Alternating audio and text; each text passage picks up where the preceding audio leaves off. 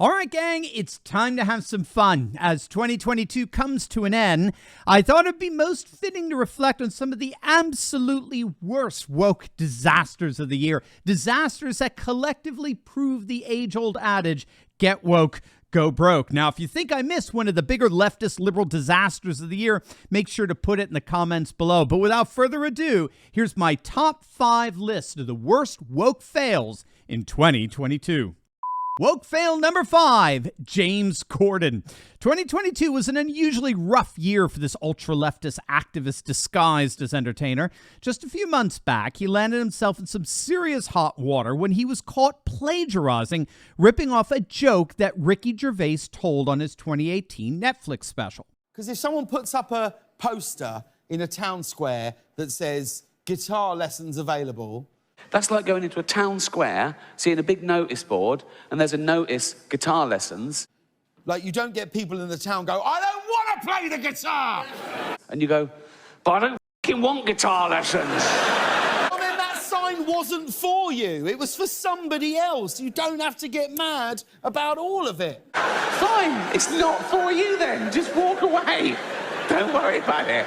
Well, to make matters worse, Corden denied it. Corden came out and said that he did not intentionally steal that joke, even though the wording as well as the delivery, the voice inflections were virtually identical. Corden clearly watched Ricky Gervais deliver that joke. And to make matters even worse, right around that same time, Corden was reportedly banned from a New York City restaurant in response to his rude behavior towards the restaurant staff. In fact, the owner of the restaurant said Corden was the rudest customer they had ever had. Needless to say, with so much horrible publicity, Corden has announced he's out of here. He's done. This is his last season hosting The Late Late Show, and given his latest antics, he will hardly be missed. Woke fail number 4, Netflix. 2022 was a particularly bad year for the ultra-leftist streaming company. In April, Netflix utterly imploded with its market value cratering nearly 30%, losing $42 billion in value. Yes, that's billion with a B.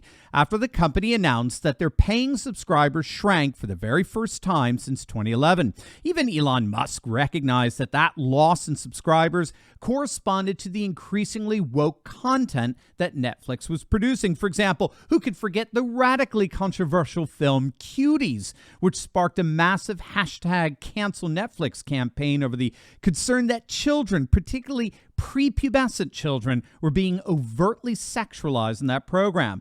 Or another show, No Good Nick, was canceled after just one season because it was so repulsively woke.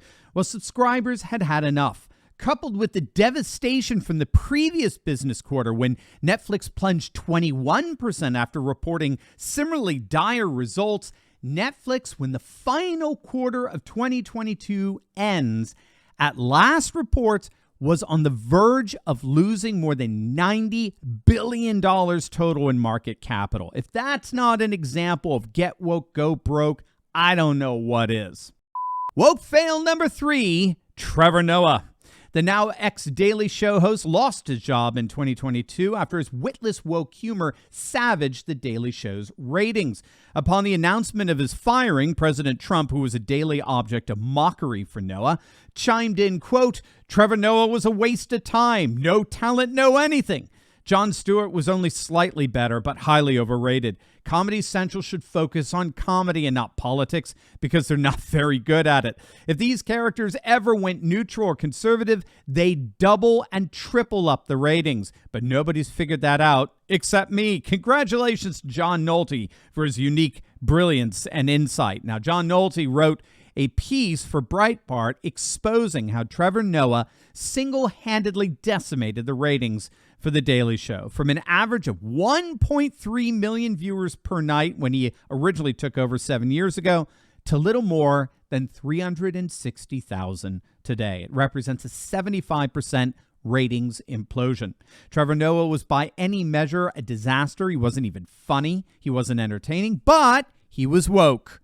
And that's why the mainstream media gave him a pass until the ratings finally caught up with him. Woke fail number 2, Disney.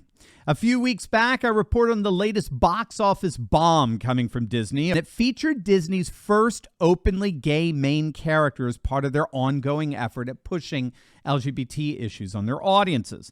The box office results were so bad, it was Disney's second worst opening weekend ever. And when all is said and done, the movie's projected to lose Disney upwards of $100 million. But that was merely the latest in a whole series of woke disasters that plagued Disney under the leadership of CEO Bob Chapek. In November, Disney market shares dropped to their lowest value in nearly a decade. And just weeks before Christmas, Chapek confirmed that the company was going to be laying off staff massively. Texas Representative Lance Goodman summarized the damage well. Disney's stock is down 40%, mass layoffs, hiring freeze, limits on employee travel. Who would have thought a woke Mickey Mouse wouldn't be a hit? and that is the bullseye hit right there. Of course, Chapman is the very Disney CEO who thought it would be a good idea to pick a fight with Florida Governor Ron DeSantis over his signing of House Bill 1557, which was a parental rights law that explicitly prevented teachers from engaging in sensitive discussions about LGBT issues with kindergartners through third graders. As a result, the Florida legislature turned around and retaliated against Disney. They officially stripped Disney of its self-governing power and special exempt status in Florida. Needless to say, Disney's CEO, Bob Chapek, one of the biggest proponents of woke Disney, has been fired and replaced with his predecessor, Bob Iger, who's going to try to get Disney back on track, which apparently involves abandoning all of this wokeness.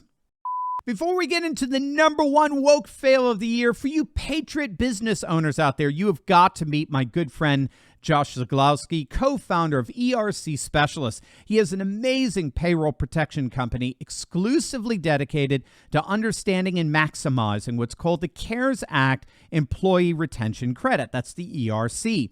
If you're a small business owner looking to get up to $26,000 per employee back from bumbling Biden, click on that link in the description below to see if you qualify today. It's an absolutely amazing opportunity.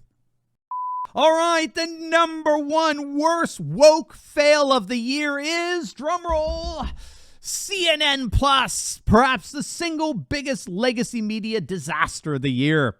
CNN Plus, the much touted and celebrated and ballyhooed streaming service of the most distrusted name in fake news, officially went bust this year. CNN's parent company, Warner Brothers Discovery, decided to terminate the service on April 30th. This after months of hype and hope. The streaming service turned out to be an absolute dud. It barely found 10,000 viewers. Again, this is supposedly a major cable news outlet that's supposedly getting millions upon millions of viewers. They couldn't even get 10,000 people to pay for their streaming service. Now, keep in mind, the rollout for CNN Plus this year was huge. It was made available on the web. It was on iPhone, Android, Apple TV, Roku, Amazon Fire. But as it turns out, it didn't have an audience. Despite all of the fanfare in its rollout, no one came to the red carpet premiere, as it were. It's rightly being called a CNN catastrophe, and it was but the beginning of a slew of layoffs that plagued CNN of late, with such regulars like Brian Stelter gone permanently from their lineup as the network tries desperately to find some way of staying in business. And so there you have it, the top 5 worst woke fails of the year, and I'm sure in 2023 we'll be seeing plenty more. As always, make sure to smack that bell and subscribe button. And you'll definitely want to check out my latest video on Kari Lake going scorched earth on Katie Hobbs in Arizona. You're not going to want to miss it. So make sure to click on that link and I'll see you over there. God bless.